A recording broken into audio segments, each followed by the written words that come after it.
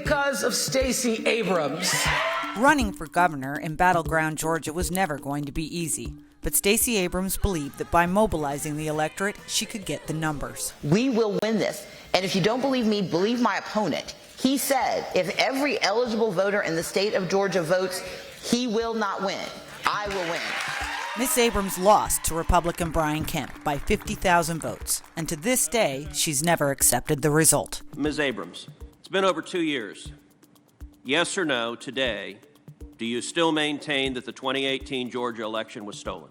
My full language was that it was stolen from the voters of Georgia. We do not know what they would have done because not every eligible Georgian was permitted to participate fully in the election. This week, Ms. Abrams announced she's taking another crack at the Georgia governorship. Because opportunity and success in Georgia shouldn't be determined by your zip code, background, or access to power.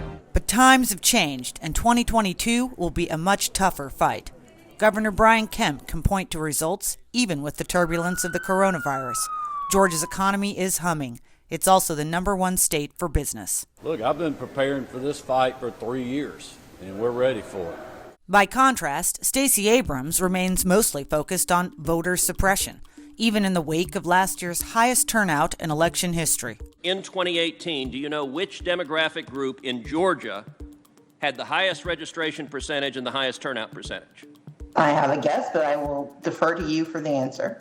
The answer is African Americans had the highest registration and the highest turnout, despite your claiming that the election was stolen and there was somehow voter suppression. Ms. Abrams is a huge supporter of Nancy Pelosi's For the People Act, or H.R. 1, a federal takeover of state elections that waters down voting rules. I'm terrified of election integrity, and I'm all for election integrity, but the opposite of what Nancy Pelosi thinks that is. I think we need to have in-person voting, and it needs to remain in control of the states. So when the Georgia state legislature passed a new reform that expanded voter access, you'd think Democrats would be pleased. This is Jim Crow on steroids. For progressives, it didn't give them enough control, so they played the race card.